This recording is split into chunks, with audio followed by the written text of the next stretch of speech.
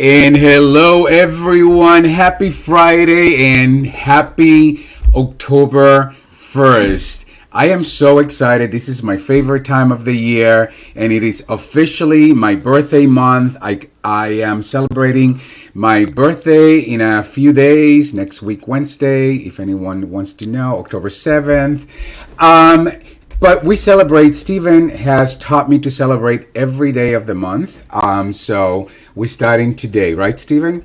Absolutely. And talking about Stephen, by the way, I'm Coach Elix. I'm your host. Thank you for joining us today on Get a Grip with Coach Elix. And I have the fabulous, the one and only, my beautiful husband and co-host, Stephen the Medium. Stephen the Medium is in the house. So, Stephen, I know that you're just as happy as I am about October 1st, about foliage, about all the stuff that Mother Nature gives us during this time of year. Happy doesn't even cover it. It just doesn't. I am ecstatic from September 1st until December 31st, my favorite time of the entire year. And each day that we get into those 4 months, the excitement just rises and rises and rises. I know. And I feel like one of the luckiest people in the world because this really, truly is my favorite time of the year. Christmas, of course, is a very close second. But I love fall. And the fact that I was born on October 7th, it's like, oh my God, thank you, universe. Thank you, Father God, for such a wonderful gift.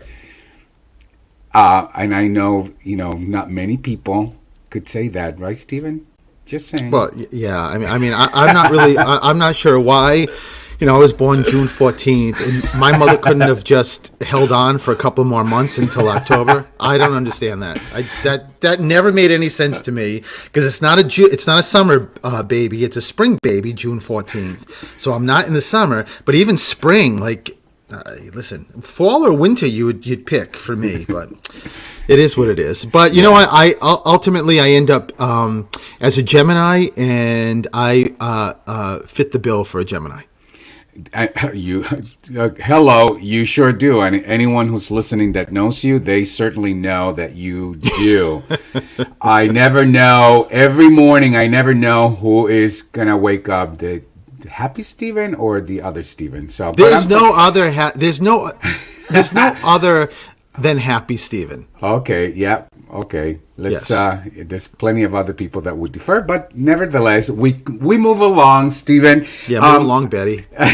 But many of you who follow me on social media know that I was in Dallas doing a presentation. I had the privilege to present to a group of healthcare workers in Texas, and my topic was how to embrace difficult conversations. And it was such an honor to work with this group of healthcare workers, and really have an opportunity to inspire them, to provide them with something of value, because right now a lot of healthcare workers are burned out, Stephen, and I heard it over and over and over. They are tired, they are exhausted, they're burned out, and they are dealing with very difficult conversations day in and day out. So I felt very privileged that I was asked to do this. And of course, I'm happy to be back because Stephen has lost 10 pounds in the 3 days that I was away. And last night, and this is for real. Last night, he picks me up. My husband is one of the most amazing people in the world, by the way. And, so my flight going into Dallas was a very early flight, 6 something in the morning. And I was like, well, I could either stay at the hotel the night before, but that means it will be another day without me, or you could take me.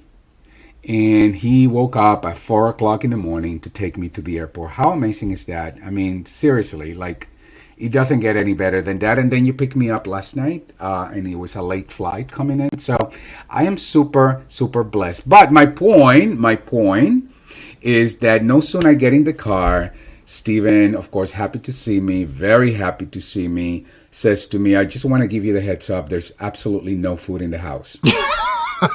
I had nothing to eat.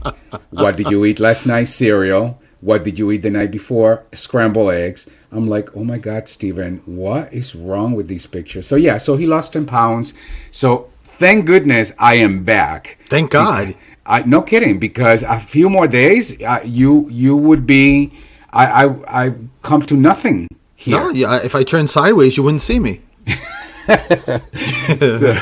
so anyways, so Stephen, tell us what's going on with you. I know you have a few things in the pipeline, so why don't we talk briefly about that before I talk about the amazing person that's going to join us very soon. So I have 2 events coming up. I have one on October 28th, which is in person, which is going to be fantastic. It is an in-person event, and it is the Night of the Spirits, and I'm going to be doing readings. I'm going to be doing my famous notes, hitting every table. There's going to be a costume contest, so everyone's encouraged to dress up. How wild and cool is that? Raffles, so it's going to be terrific. And if you're not local, on the 31st, I am going to do as close as I possibly can to that event, but it's going to be virtual, and that will be actually on Halloween evening starting at 7 o'clock. So I'm really excited. You can just get my tickets on either case at my website, stephenthemedium.com/Halloween, but merging Halloween and my love for readings is pretty amazing. And can I just say really quickly is that I did a documentary in April that hasn't come out yet, and it was done in P-Town. And the director-producer is still working on it. And one of the most wild things that happened this morning was that I meditated, and I can't really get into what the documentary is yet, but the subject of the documentary, who has passed away, I was one of 3 mediums that was brought in to do this documentary, and the producer had spoken to, I think, 30 or something mediums that all said yes, they wanted to be part of this, and I was one of the 3 that was selected. But to make a long story short, I finished meditating, and I was tuning into the subject of this documentary, and I texted the producer and said, what she keeps telling me firemen or fire station and Peter, a first name or last name, and he called me immediately and said that he's with one of the other mediums, and her last name begins with a P, that is like almost sounds exactly like Peter, and that she was wearing fire apparatus, because I don't know if her family's involved in fire or a history, but in any case, it was the most amazing thing that the subject of this documentary, who was crossed, let me know what they were doing. It was just amazing. So I just wanted to share that. I know I was so excited to share that with you this morning.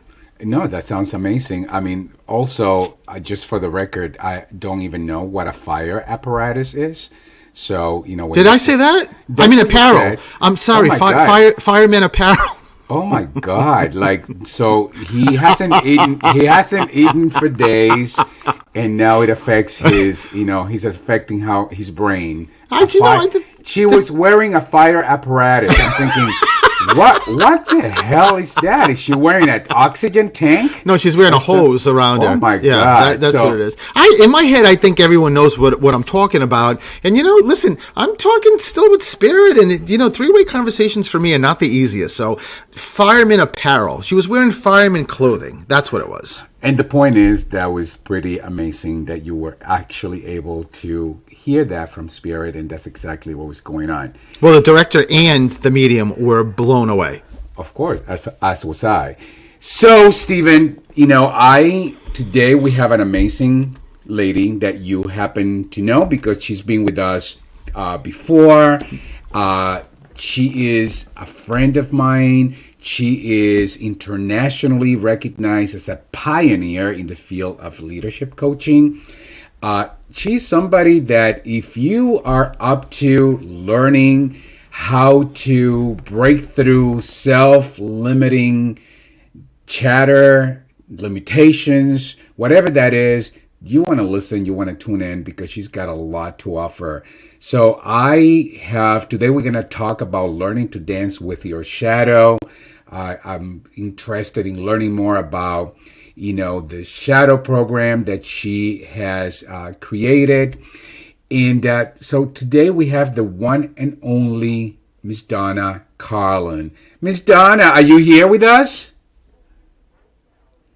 You know what? Let's do that. Let's take a break because otherwise I would just say hello and then we have to take a break. And when we come back, the one and only, so stay tuned. You got to stay tuned so that you can listen to my friend and the wonderful, amazing woman leader, Donna Carlin. We'll be right back.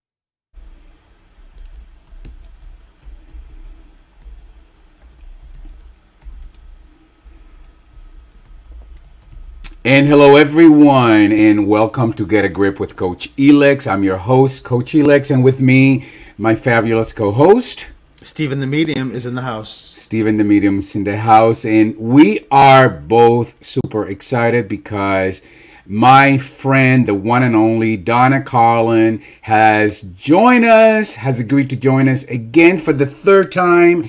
And I'm so happy. Donna needs absolutely no introduction, but nevertheless, she's an author, a keynote speaker, a leader, a lecturer. She's internationally recognized as a pioneer in the field of leadership coaching. She's has been called a pot stirrer, I've been called that too. Thought shifter, a reality checker, and she's best known as the shadow coach. And today we're going to talk about learning to dance with your shadow. And believe me, I could go on and on and on because this woman is super, super accomplished. And I am so privileged to call her my friend. Hello, Donna, and welcome to Get a Grip. Hi, you two. It's so nice for you to have me back. I appreciate it. Well, we are so Hi, happy. Hey, Stephen. So good to hear your voice. You too. You know, it's you listen to the two of you speak and you have to smile. And what bigger gift is there to people than that? Wow. Thank you, Donna. A lot of people smile. A lot of people laugh. We make people laugh, which is a really wonderful, thing. We love that, by the way. So, Donna, from your website, it says, Donna helps people understand their perceptions, see what they haven't paid attention to, and own their own story, not somebody else's story of them. I think that's incredibly powerful, Donna. Tell me more about that. Well, how many times in your life do you go through life owning the story or the impressions that other people have of you, even if it means going home?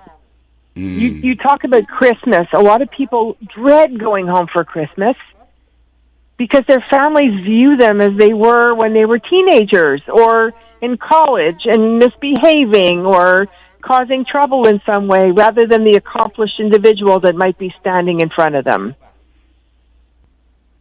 And they don't change that perception. They start owning it and becoming that person again. Wow. It happens to us all, right? It does, and I'm telling you, Stephen and I are getting ready to go to Puerto Rico next week to bring my mom back. And, Donna, as I'm listening to you, this is the first time that it's sort of, as I'm listening, I'm almost relived that experience, like walking into my childhood place, reliving some of those old memories, but reliving them with the context of how somebody else's, how they see me, not how I see myself. Does that make sense? It does. That's the thing. You own your own story of yourself, or as I tell people, as you're sharing a story about your past, put yourself in the story. I don't want, somebody to tell me a story as if they're a third party. I want them to insert themselves. How did they feel while this was happening? What did they experience? What did they learn about themselves in the process? Like all of this. And as well, like all the things that they got past or through or achieved. Celebrate all of that and put yourself in the story.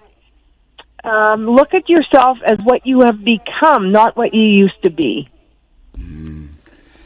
Stephen, isn't it amazing? Donna, about, 3 weeks ago, Stephen and I had a series. Actually, the last two shows have been focused on a series of conversations that Stephen and I have had, because like anyone else, we've experienced some breakdowns, and the breakdowns sort of created the opening for us to see two things, Donna. And I think you sort of mentioned, I heard this in the background.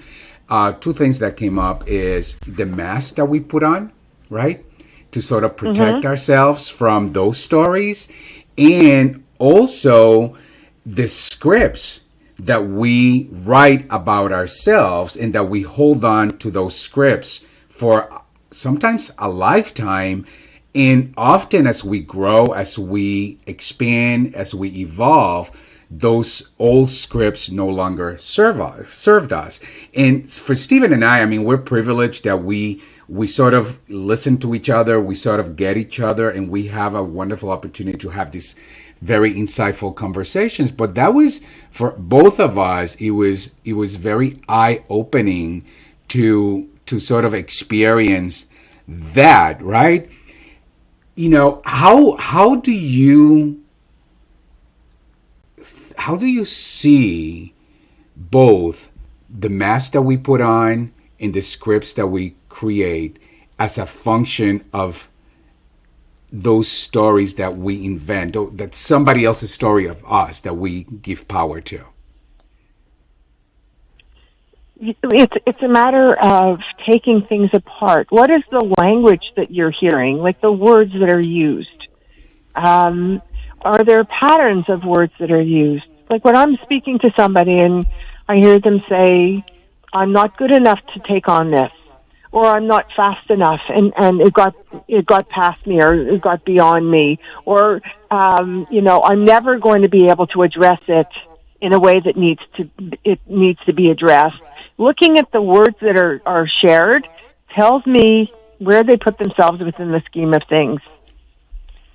I don't want to have somebody define what they can do, what they're willing to do, all of that.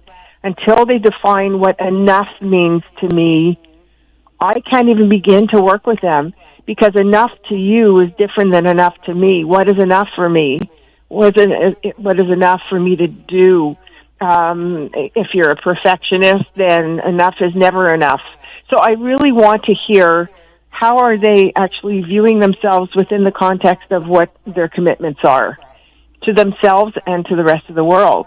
There's so many facets to this kind of conversation. I'm sure you and Stephen could talk about it till the cows come home and always have a different viewpoint. And I think the conversation, you're 3/4 of the way there because you're actually discussing it, and you can't let your shadow, your insecurity hide away if you're shining a light on it enough to have a discussion about it.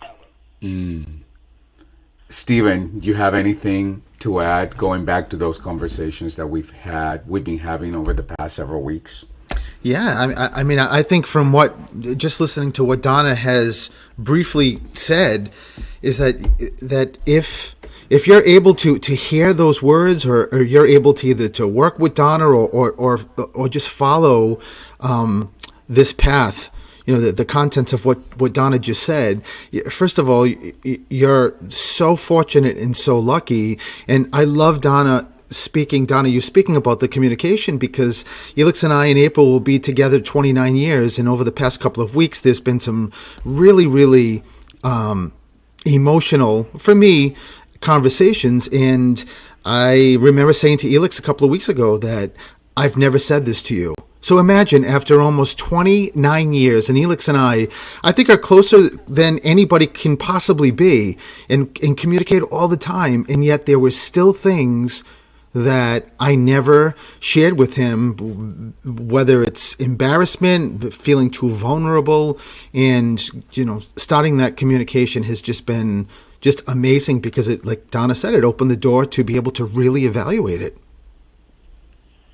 The way I look at it is that we share things when we're ready to share them, not as much as to how somebody else is going to take it, especially when it's a partner like Elix, and you could trust him with anything. It's more the minute you open your mouth and articulate those words, it becomes real. Mm-hmm. And it's always wondering, how is somebody else going to view what I just said? It's not even the judgment. It's how will they view it? Will they try to talk me out of it? Will they try to tell me it's not important because it is important to me? So there's so many different facets of it that it's just a matter of getting it out there, shining a light on it, and saying, once I actually discuss this with somebody who is so important to me, it doesn't have that much power over me anymore. Mm. That's so powerful, Donna. And you talk about, you're talking about from the perspective of the speaker, right? The perspective of the person, like how Stephen was talking to me and his perspective. What I will tell you, I also was listening to you, pun intended, is something that Judith, my friend, Judith Glaser, my mentor, she taught me that, the concept of listening to connect, right? Not listening to That's confirm right. or not listening to verify or to judge. And what I hear is also that as a listener, right? I had to let go of all of those assumptions, all of those things, conclusions in my head about, when you talk about defining what's enough, right? Because I have my own definition and I could have gone into like, but why, right? And I Hmm. had to really tune in to Steven's world. I just simply tuned in, and frankly, there was not much I had to say. I just listened. But I was able to tune in that chatter in the background that has you listen to, oh, confirm, or to verify, or to make right or wrong, whatever that is. Does that make sense, Donna? It does. It's not about judgment. It's about hearing where the other person's coming from, and just acknowledging that that's where they're at. Period. It's not for us to judge whether they're right or wrong, or whether it's a good or bad thought. Any of that. It's a matter of saying, "Wow, that person just felt that they could trust me enough to share some of my most innermost uncomfortable feelings and thoughts." Like we always look at people as an entirety, but who would I be without that thought? If I was able to park that thought that I'm not good enough, fast enough, strong enough, whatever it is, who else am I? Like, that's not the end all and be all of you. Do you know what I mean? Like, does that make sense?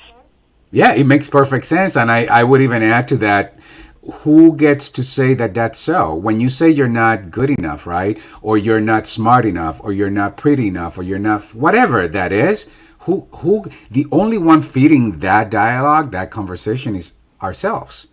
So, and it's Yeah, made up by, it's like, it's freaking made up. that's it. So ask So, yourself that question, right? Who am I without that thought?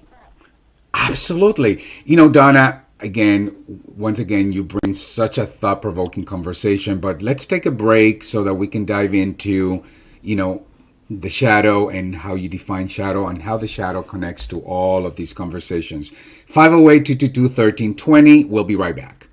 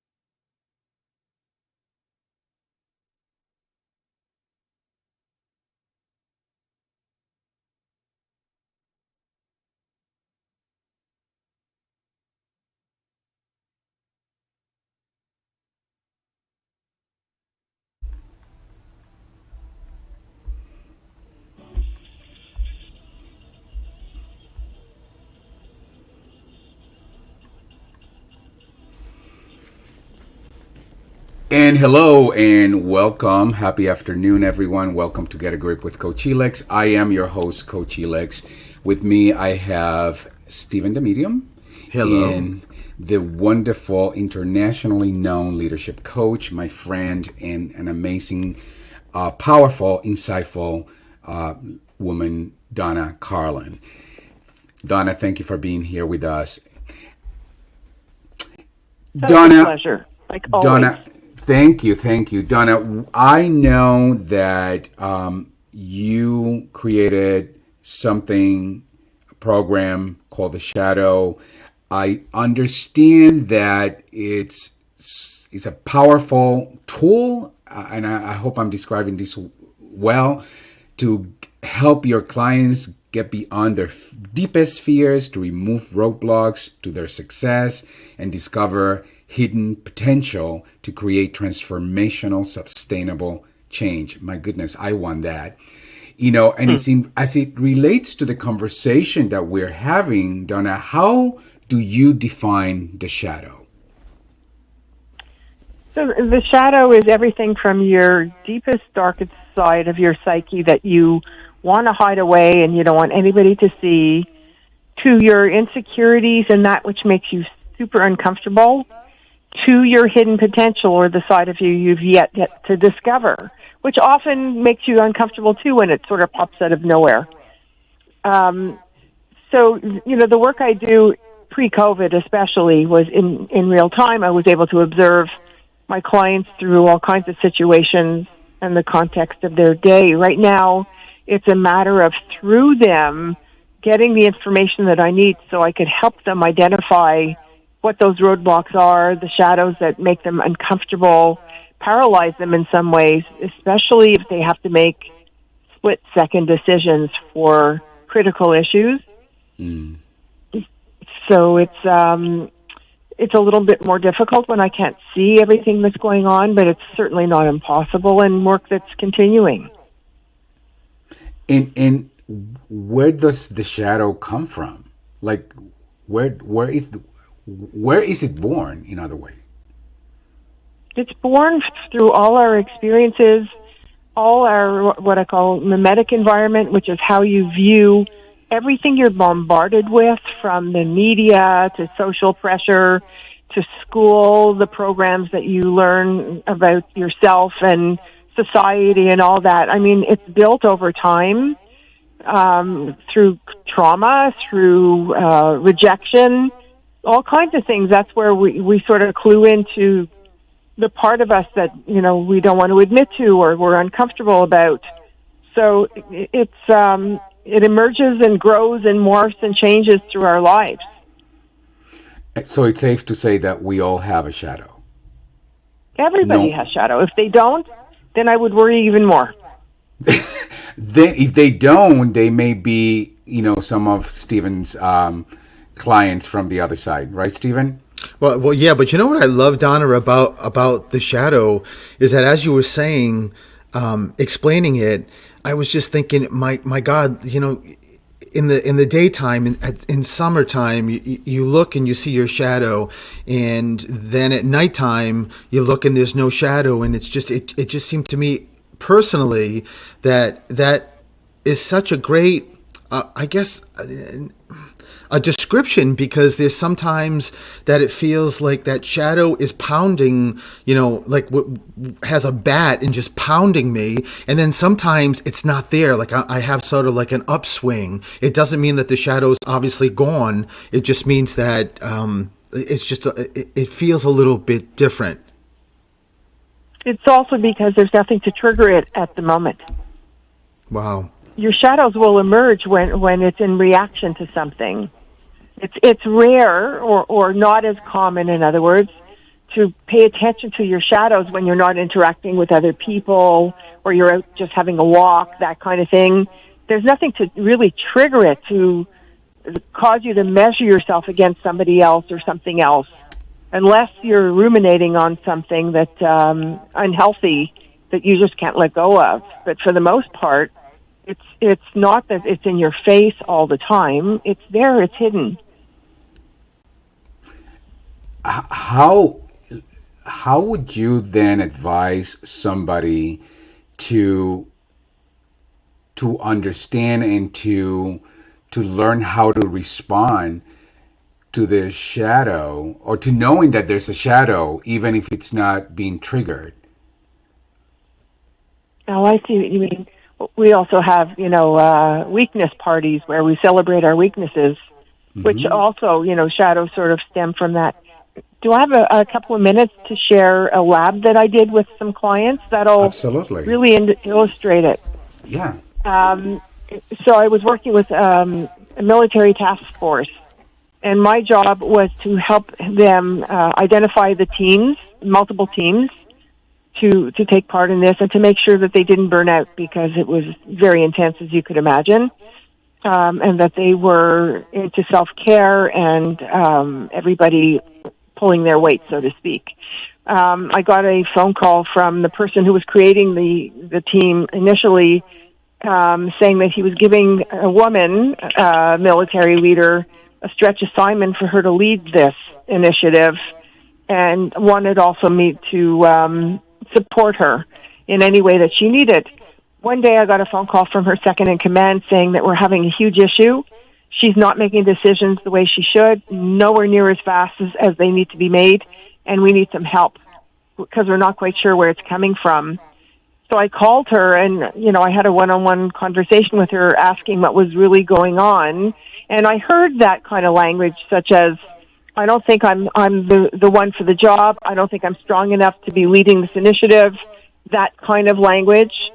And I asked her to gather her direct reports. There were about 8 of them in the conference room the following morning before their day started. So it was going to be really early. And I set up the room with a chair in the middle and a semicircle of chairs for her team around her. And she was happy to do anything that I could do to help her through this, because we just didn't have the time for me to be working with her on an in-depth basis. So I got her team in there. I told them that their instructions was to be there in a supportive way, to listen to what she had to say, and to know that she was going to rely on them to do her job to the best of her capability. So that's what their job was, not to pass judgment or share anything, just to be witnesses. And for her, I asked her to bear with me that I was going to do something a little bizarre, which is nothing unusual for people who know me. And I said to her, let's go with the flow. I want to see what happens here. Let's just have fun with this. So she was sitting with her arms crossed, her legs crossed. Her posture was like bent over a little bit, so she was folding in on herself. That was indicative to me that she was struggling.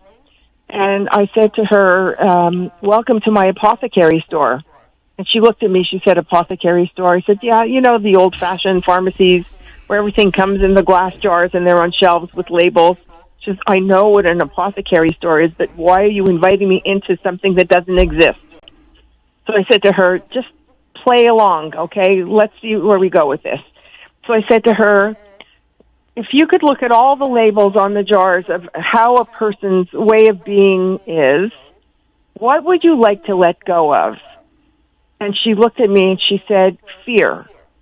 I said, okay. So I said, what I'm hearing is that you want to let go of your fear. And she said, yes. So I said, just to clarify, you want to let go of all your fear? And she said, yes. Is this a trick question? You asked it to me like 3 times. I said, no, I just want to make sure that I'm truly hearing what it is that you want. She says, I want to get rid of all my fear. I said, fine. Find the jar that says fear on it, put it on the counter, and, wait for the next instruction. So she walks around this mythical shop, takes down a mythical jar and puts it on a mythical counter, and looks at me, and I said, take the lid off, and I want you to pour all your fear in that jar and then slam the lid shut.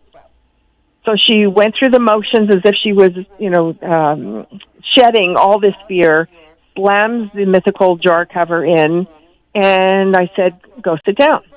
So she sits down, and you could see her body language is now a little bit more open. Her back is straighter. And I said, that's great. What do you want to replace it with, though? So she said, I want to replace it with confident. And she said it like in a very firm way.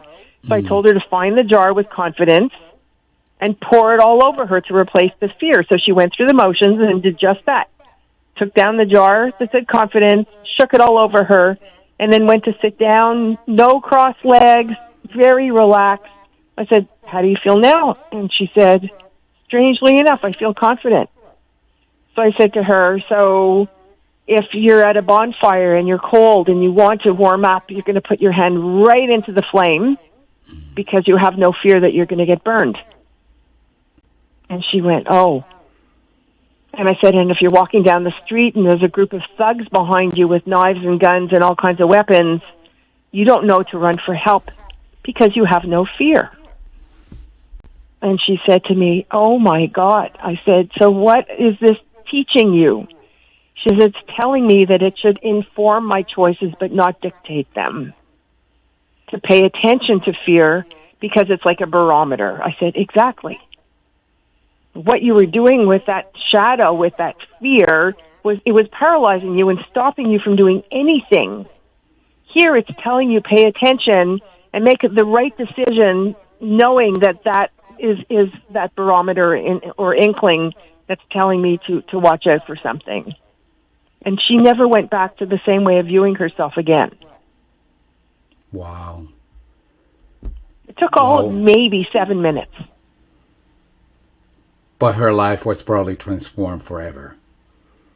It was. I mean, even her team was, telling me in moving forward how much more definitive she was in her decision making, how she could joke with them, about that, nasty shadow that rears its ugly head once in a while. And they could talk about it because she was open enough to be able to share it in a way that was kind of bizarre with the mythical apothecary store. But it was something that I could do with them that wouldn't make her too vulnerable to their eyes and their witnesses. Well, Donna, that's such an incredible story. Donna, what was the excuse me, Alex? What was the reactions or responses or facial expressions to the people observing this? It was really interesting because afterwards they told me that it meant a lot to them too, because everyone in their lifetimes has something that they're afraid of, that maybe they've never even tried, but that fear stops them dead. I'm not going to do this because it might do this to me, rather than say, I need to pay attention to this because there are risks involved. So they were looking from their personal point of view, and they also told her the difference in her demeanor was unbelievable because she started relaxing. She was breathing properly, like she wasn't holding her breath. When you're afraid of something or you're rigid because you're so uncomfortable with a situation, you're not breathing well.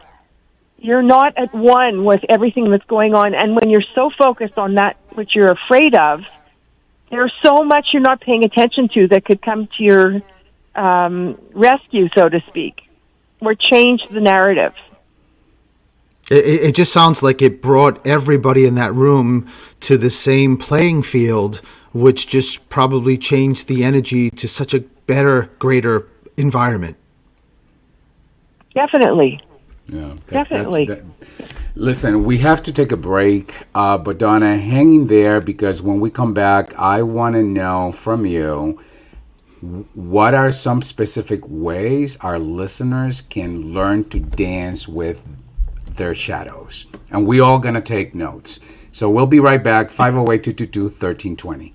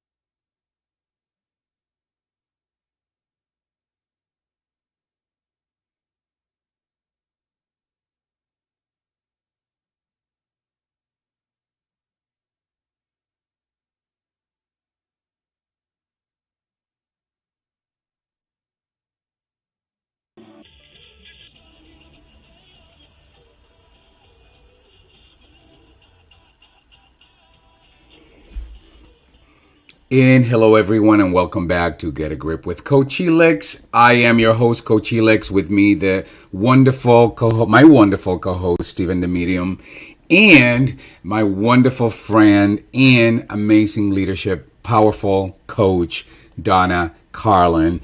And we're talking today about learning to dance with our shadow. And Donna, after listening to that story, the first thing that comes to mind is that our human instinct, right, tells me that I should fight my shadow.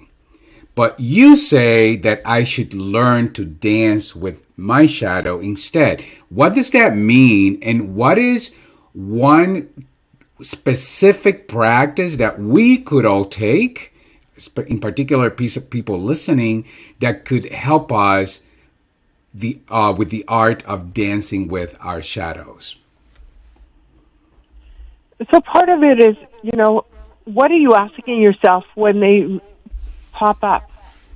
You know what I mean? It's like, through your body's reaction, if nothing else, when a fear and insecurity pops up, you're uncomfortable with it and you feel it, like, physically as well as emotionally. And just figure out, what do I need to view, within myself? So what's calling me in this moment when I have to make a decision or take an action? Is it my shadow telling me that, all the parts I'm uncomfortable with? Or are you saying, what's calling me is that, this is super important to me, to the person I'm going to impact, whatever it is, I'm going to pay attention to that inkling that's saying that it's not a black and white thing. I have to do something differently. Use it as a barometer as opposed to a roadblock. So one is an enabler, and the other stops you dead. So how could you use your shadow to enable movement, action, decision making? How do you live through curiosity rather than assumption?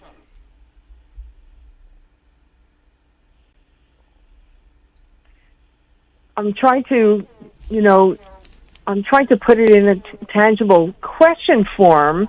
Mm-hmm. I always ask myself, like I said earlier, who would I be without the thought of, that insecure thought? And then, what am I really afraid of? Like, really, truly afraid of? Am I afraid of trying something and possibly failing? Therefore, I'm stopping myself to start off with. That's why I tell myself the story, I'm not good enough to do this. Who would, have faith in me? All of those questions. It's also, if you viewed yourself through the eyes of the observer and not only your shadow, would you see someone different? And Donna, I mean, I know that there's times where I recognize my shadow and I know better, right? I know better than to give power to it. Yet there's a part of my human instinct as well that resists that change, and has me be more comfortable holding on to that old narrative or to that old script, even when I know it's no longer serving me. Why do we do that, Donna? Because it's the known entity. No, even if it's something that didn't work for us, we still know what the impact was on us. And often it's less scary than embarking in the unknown. Because what if we try something new and it's even worse? It's these stories that we tell ourselves. The thing is, it's almost impossible to always recognize your shadows as they emerge because you're so immersed in them. Mm-hmm. That's why it's, when I work with somebody or when you work with somebody who could be a witness and help you through them, especially the ones you don't necessarily pay attention to in the moment, it helps you shine a light on them, and then the shadows no longer is dark. Then you can see it. Exactly. It's like what Stephen said. Yep. Yep. And you shine a light on it, it's no longer dark. Another one will pop up, that's for sure. But that particular one won't have that power over you. to the same extent. Stephen, what insight, as you're listening to Donna, related back to our conversations, what insight are you walking away with? What stands out is one of our conversations, Elix.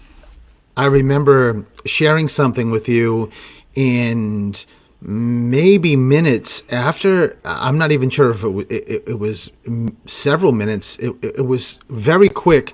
I just started having this feeling of I shouldn't have told him. I shouldn't have told him. Like what Donna just said, it was just the unfamiliar, just that feeling of, is like logically how difficult it is that I know I'm hanging on to something. It's still easier to stay with that and use all that energy and stress, and then to, again, as what Donna said, to try to move forward to figure out what's on the other side. And it's amazing listening to Donna, because like even after I actually said something to you that when I was in a very vulnerable place that I never shared with you, I started backtracking minutes later thinking, oh my God. And I think actually verbally, like vocally, I said to you, Yes. I shouldn't have told you that. You did. So it's mind blowing listening to what Donna, what you're saying, and applying it to just life. Yeah. The reason behind that, to a great extent, is when you love somebody and you honor them, you don't want them to think that you're less than they think you are. Wow. And when you share something that you're vulnerable about, you don't want them to start thinking, well, I thought Stephen was the greatest thing in the world, and he's got vulnerabilities too. Maybe he's not as high on my platform or pedestal than before. And you don't want to minimize yourself in the eyes of somebody that you love and respect. So you almost want to backtrack. That's why when you have two guys, especially in a canoe, one facing the other person's back, they will share all kinds of things. But the minute that canoe is on land and they're facing each other, it's like that conversation never happened. Wow. That's so powerful. I was going to say, Elix, so at the end of the show, we're going to the pond in the back and we're pulling out that canoe. Just saying. We are done. Now, my walk away, is that fear-based conversations are very powerful. So they're going to lead to those negative thoughts, right? Which are going to then feed that shadow. But I also believe that positive thoughts are more powerful.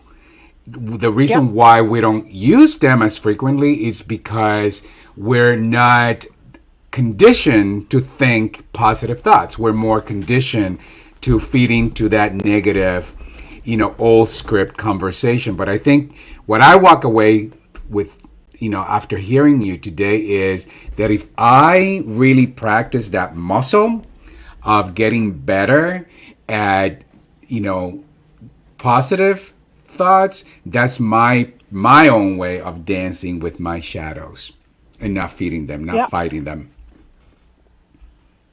It's wonderful. If you ask yourself, what surprised me today? What did I learn about myself today? What was a trigger today? And I was really shocked because I didn't think it would be a trigger. Ask yourself these questions at the end of the day to get to know yourself so intimately that you're dancing with your shadow when it emerges. And then you could actually ask yourself some of these reflective questions to play with it, right? Rather than want to shut it in the closet and slam the door. Yeah. So, Donna, we are reaching the end of our show. As always, is never enough time, but I know that you have an open invitation. It's a forever invitation to always come back. But, Donna, our listeners, how can they connect with you? The best way is through my website, so my portal site, which is donnacarlin.com, and they could get my links to social media, and they could email me through that, and that's the best way to reach me. Fabulous. Donna, it is such an honor, such a pleasure to have you with us. I'm so happy you said yes, and I can't wait to have you back. And I can't wait really to get to see you soon. And I want you to meet Steven. I know he wants to meet you as well. Yeah, Absolutely. me too. I look forward to it. Me too. So Donna, Take thank care you and so safe much. travel. Thank you, guys. Bye-bye. And we've reached the end of our show. Steven, how can people get a hold of you? StevenTheMedium.com. It's that simple. That simple. And again, the show, Steven's show, it's when, Steven, again? The in-person October 28th and the virtual October 31st, but everything can be found on StevenTheMedium.com/Halloween. Beautiful. Felix?